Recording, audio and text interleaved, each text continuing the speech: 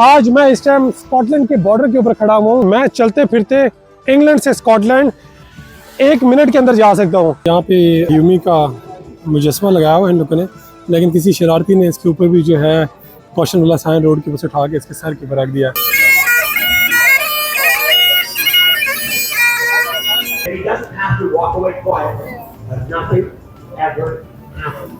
उस टिकट को आपने इस मशीन के अंदर डाल देना है, फिर वो आपको बता देगा कि कितने पैसे हो गए हैं। अभी ये 20 पाउंड और 85 पेनियाँ मुझे चार्ज करें। अस्सलाम वालेकुम and welcome back to video ग्लानी व्लॉग्स। 1296 से 1357 तक और इस तरीके से मुख्तलिफ किस्म की वॉर्स इंग्लैंड और स्कॉटलैंड के दरमियान होने के बावजूद आज मैं इस टाइम स्कॉटलैंड के बॉर्डर के ऊपर खड़ा हूँ। इतना आसान है कि वहाँ उस तरफ इंग्लैंड है और उस तरफ स्कॉटलैंड है। आप गाड़ी में चलते हुए फ़ौरन चले जा सकते हैं। और मैं अगर चलता फिरता आपको दिखाऊं तो यहाँ पे अभी इस टाइम मैं इंग्लैंड में खड़ा हूँ, और अगर मैं थोड़ा सा आगे जाता हूँ तो वो सामने आपको स्कॉटिश बॉर्डर का बोर्ड नज़र आता है। यानी मैं चलते फिरते इंग्लैंड से स्कॉटलैंड 1 मिनट के अंदर जा सकता हूँ।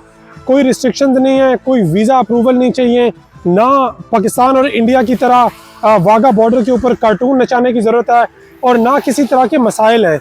यानी इन लोगों को देख के लगता नहीं है कि इन दोनों मुल्कों के दरमियान कभी भी कोई किसी तरह की जंग या मसाइल रह चुके हैं। आपको ये मेरा कैमरा फोकस करके दिखा रहा होगा कि ये स्कॉटिश बॉर्डर है इस टाइम। इसमें समझने और सीखने की बात यह है कि हमारे मुल्क यानी पाकिस्तान और इंडिया के दरमियान भी मुख्तलिफ़ किस्म की वॉर्स हो रही हैं, और जो मुसलसल होती चली जा रही हैं और ख़त्म होने का नाम भी नहीं ले रही।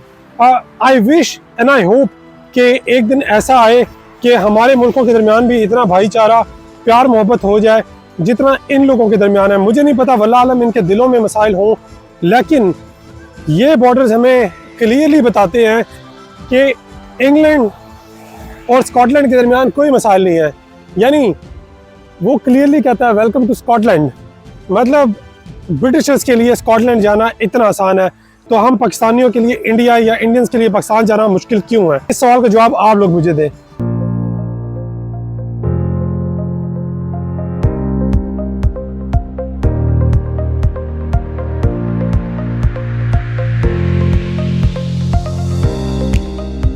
अच्छा, मैं इस टाइम स्कॉटलैंड में मौजूद हूँ और दिन के 2 बजे का टाइम है। मौसम काफ़ी ज़्यादा धुंध वाला हुआ है और सर्दी भी काफ़ी ज़्यादा हुई है। हालांकि सितंबर का महीना अभी स्टार्ट हुआ है। अब 2 बजे तकरीबन मुझे काफ़ी ज़्यादा भूख लगी हुई है। मैंने हलाल रेस्टोरेंट्स ढूंढने की कोशिश की, तो एक फैट बॉयज़ के नाम से टेक अवे है जो मुझे करीब पड़ रहा है। तो मैं उधर जा रहा हूँ और मैं उधर जाके देखता हूँ कि वो क्या ऑफ़र कर रहे हैं और खाने का क्या म्यार है और खाना कैसा है। तो फिर मैं उसका रिव्यू देने की कोशिश करूँगा, ताकि अगर आप लोग फॉर एग्जांपल एडिनबरा आते हैं तो आप लोगों के लिए आसान हो। अगर खाना वहाँ अच्छा है तो मोस्ट रिकमेंडेड, अगर नहीं है तो मैं कहूँगा कि अच्छा नहीं है, तो कोशिश करें कोई और जगह ढूंढने की।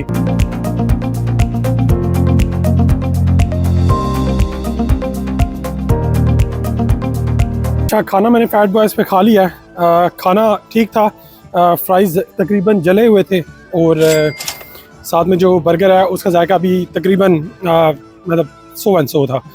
तो I wouldn't recommend to be honest, क्योंकि प्राइस भी ओवरली चार्ज थी। आई नो एडिनबरा है, लेकिन फिर भी इतने पैसों में न्यू कैसल में इतना खाना आप 2 बार खा सकते हैं। ये मेरा रिव्यू है।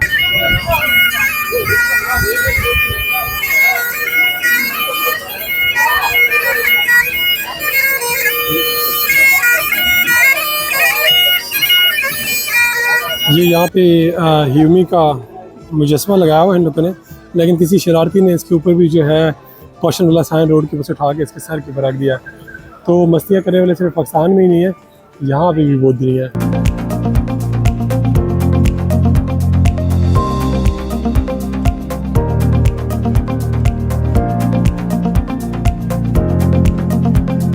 ये टिकट लेना है, उस टिकट को आपने इस मशीन के अंदर डाल देना है, फिर वो आपको बता देगा कि कितने पैसे हो गए हैं। अभी ये 20 पाउंड और 85 पेनियाँ मुझे चार्ज करें, जो कि टू मच है, लेकिन एडिनबरा है, मेन सिटी है, तो हम पे करने के लिए तैयार है।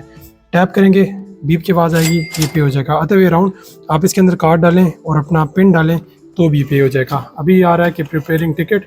ये टिकट ले के मुझे विद इन 5 मिनट मुझे इधर से बाहर निकला है। अगर मैं 5 मिनट के अंदर बाहर नहीं निकलता तो ये एग्ज़िट वैलिड नहीं होगा और मुझे दोबारा से टिकट पे करना पड़ेगा। अच्छा, यहाँ से एग्ज़िट इतना इजी है कि आपने सिंपली ये मशीन है और ये आपके पास टिकट है, आपने इस टिकट को इसके अंदर डालना है, मशीन ने ले लिया और वहाँ से डोर ओपन हो गए।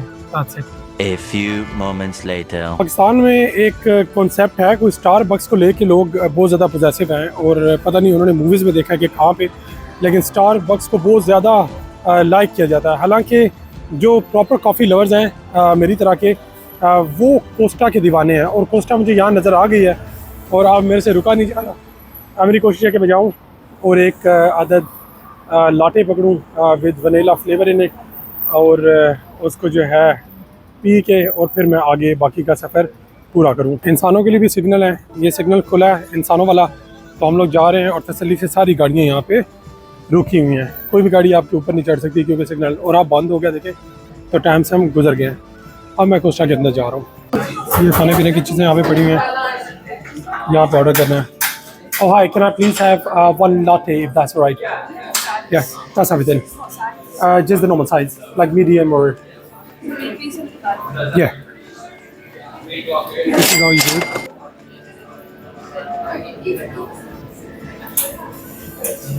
अब मेरे में इतनी एनर्जी आ जानी है कि मैं मज़ीद 5-6 घंटे इजीली ड्राइव कर सकता हूँ। अच्छा, एडिनबरा आओ और पूरा दिन टिकट ही पे करते रहो। तो ये भी इसको यहाँ स्कैन करना है। टिकट स्कैन हो गया, अभी तक नहीं हुआ, अब स्कैन हुआ और ये 5 पाउंड मांग रहा है। हालांकि होने 1 पाउंड 50 पैसे चाहिए थे, लेकिन इट्स ओके, कोई चॉइस नहीं है। तो इसको यहाँ से हम ओके करेंगे और उसके बाद हम इसको यहाँ पे टैप करेंगे। अच्छा, इस टाइम मैं तकरीबन जो एडिनबरा है वो घूम चुका हूँ और मुझे तरह तरह की बसेस भी नज़र आई हैं, तरह तरह की लग्जरी गाड़ियाँ भी नज़र आई हैं। जैसे मेरे सामने ये Q7 BMW जा रही है, 2024 मॉडल की है और ये बसेस भी तरह तरह की खड़ी हैं। लेकिन एक चीज़ मुझे समझ नहीं आ रही, ये इतने बेवकूफ़ लोग हैं कि इन्होंने ना तो किसी बस के पीछे ये लिखा हुआ है कि राणा ब्रदर हारन दो रास्ता लो, और ना किसी गाड़ी के पीछे ये लिखा हुआ है कि जलने वाले का मुंह काला, और ना किसी ने जूती लटकाई है। इतने बेवकूफ़ लोग हैं ये, मतलब पागलो, जूती तो लटका दो कम से कम कि तुम लोगों को नज़र नहीं लगेगी और नज़र बद से तुम लोग बचे रहोगे। लेकिन अजीब बेवकूफ़ लोग हैं। मेरे ख्याल में हम लोगों को एक प्रॉपर सीरीज़ बनाने की ज़रूरत है, जिस सीरीज़ में हम इनको समझाएं कि जूती लटकानी ज़रूरी होती है और इसके साथ पीछे कोई इस तरह की बात भी लिखो जिससे दूसरे की सही करके जल जाए। तो सिखाएंगे इनको। अभी तो ये बेचारे कच्चे हैं, बच्चे हैं, इनको भी ये समझ नहीं है। बल मेरी कोशिश होगी कि मैं सीरीज़ बनाऊँ। ट्रैफिक के कानून फॉलो करना बहुत ज़रूरी है। आप लोगों को नज़र आ रहा होगा कि मैं जिस लाइन में हूँ मैं उसी लाइन के अंदर ही रह रहा हूँ। अब ये बस आ रही है तो इशारा दे के इसने राइट की तरफ किया है और ये बस की लाइन में रहेगी, यानी इससे ना मैं डिस्टर्ब हूँगा ना वो। अब ये लेफ़्ट साइड पे बस की लाइन है जिसके ऊपर बसेस चलती है नॉर्मली, लेकिन उसने लिखा हुआ है कि मंडे से फ्राइडे 7:30 to 9 AM, मतलब मॉर्निंग में, और इवनिंग का कोई टाइम लिखा है उसमें ये सिर्फ बस के लिए अवेलेबल है लाइन। इसके अलावा टाइम में नॉर्मल गाड़ी इसके ऊपर चल सकती है, लेकिन इन पीक आवर्स के अंदर सिर्फ बस चलेगी, ताकि वो लोग जो बसेस यूज़ कर रहे हैं और जो जल्दी में है, जिन बच्चों को स्कूल जाना है या किसी बड़े को ऑफिस जाना है, वो आराम से बस में बैठें और गाड़ियों की निस्बत जल्दी वहाँ पहुँच जाए। अच्छा, वीडियोस बनाते हुए मुझे हज़रत अली रज़ी अल्लाह ताला अन्हु का वो किस्सा याद आ गया, जिसमें वो घोड़ों की खिदमत करते हुए उसमें इतने ज़्यादा मशगूल थे कि असर की नमाज का वक्त गुजर गया, और जब उनको पता चला कि उनकी असर की नमाज का वक्त गुजर चुका है तो उन्होंने सारे घोड़ों को ज़बह कर दिया। तो इसीलिए नमाज सबसे ज़रूरी है। मैंने अभी गूगल में सर्च किया है कि नियरेस्ट मस्जिद, तो लकीली मुझे फैल्किर की तरह के टाउन में भी अल्हम्दुलिल्लाह मस्जिद पास से मिल गई है, तकरीबन 1 किलोमीटर दूर है। मैं वहाँ जाऊँगा और कोशिश होगी कि मैं अपनी ज़ोहर की नमाज जल्दी से जल्दी वहाँ पे पूरी कर लूँ। और मेरी आप तमाम दोस्तों से, भाई बहनों से ये गुजारिश है कि वो लोग जो ख़ास तौर पे वीडियोस बना रहे हैं यूट्यूब के लिए या किसी चैनल के लिए या किसी ऐसे काम में मशगूल है जिसमें वो बहुत ज़्यादा मसरूफ़ हो जाते हैं, तो कोशिश करें कि उन कामों में इतना मशगूल हों कि नमाज आपकी ना निकल जाए, यानी नमाज को प्रायोरिटी पे रखें, तो उसके साथ आगे के मामलात आपके खुद ही इंशाल्लाह अच्छे हो जाएंगे। तो मैं अभी मस्जिद की तरफ जाता हूँ और आपको मैं दिखाऊँगा कि यहाँ किस तरह की मस्जिदें हैं और मुझे उम्मीद है कोई छोटी सी मस्जिद होगी ऑफ कोर्स, क्योंकि मुसलमान कम्युनिटी बहुत थोड़ी होनी है। हलाल फूड भी यहाँ आस पास मुझे ज़्यादा नज़र आया नहीं है, तो आई होप कि छोटी मस्जिद होगी।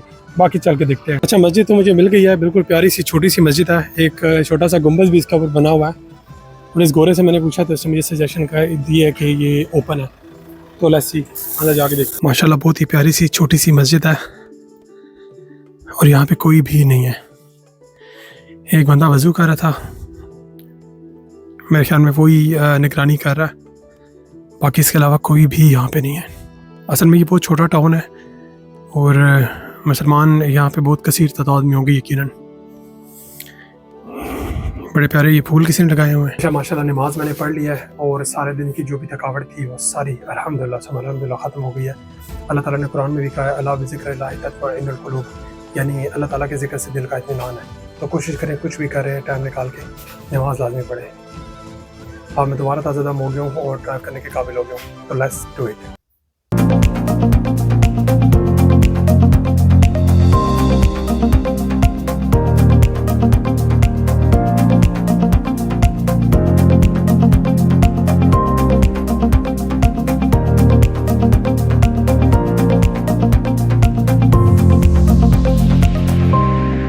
जी, तो ये था मेरा आज का स्कॉटलैंड का सफ़र, और यहाँ पे मेरा सफ़र तमाम हुआ। मेरी कोशिश थी कि मैं ज़्यादा से ज़्यादा जगह आपको दिखा सकूं, और मैंने दिखाई भी सही। फैल्करिक दिखाया, स्कॉटलैंड का मेन हिस्सा एडिनबरा दिखाया, और अभी मैं इस टाइम एक ट्रेन स्टेशन के ऊपर खड़ा हुआ हूँ, जो कि फैल्करिक के बहुत ज़्यादा करीब है। इसके साथ ही मेरा सलाम कबूल कीजिए, और मुझे अपनी दुआ में याद रखना। मेरी कोशिश होगी कि मैं अगली वीडियो कुछ हट के दिखाऊं, जो कि ऐसी जगह हो जो जगह लोगों ने ज़्यादा कवर ना की हो। यानी यहाँ से मैं उठ के लंदन चला जाऊँ या किसी ऐसी जगह चला जाऊँ जो हज़ारों लोगों ने दिखाई हुई हैं, तो वो मेरे ख्याल में बेमकसद हो जाता है। तो एनीवे, यहाँ पे मेरा सफ़र तमाम होता है। Thank you so much for watching, और मेरे साथ रहिएगा अगली वीडियो के लिए। अपने भाई अपने दोस्त वीर गुलानी का सलाम कबूल करें और इजाज़त दें। Thank you so much. अल्लाह हाफिज़।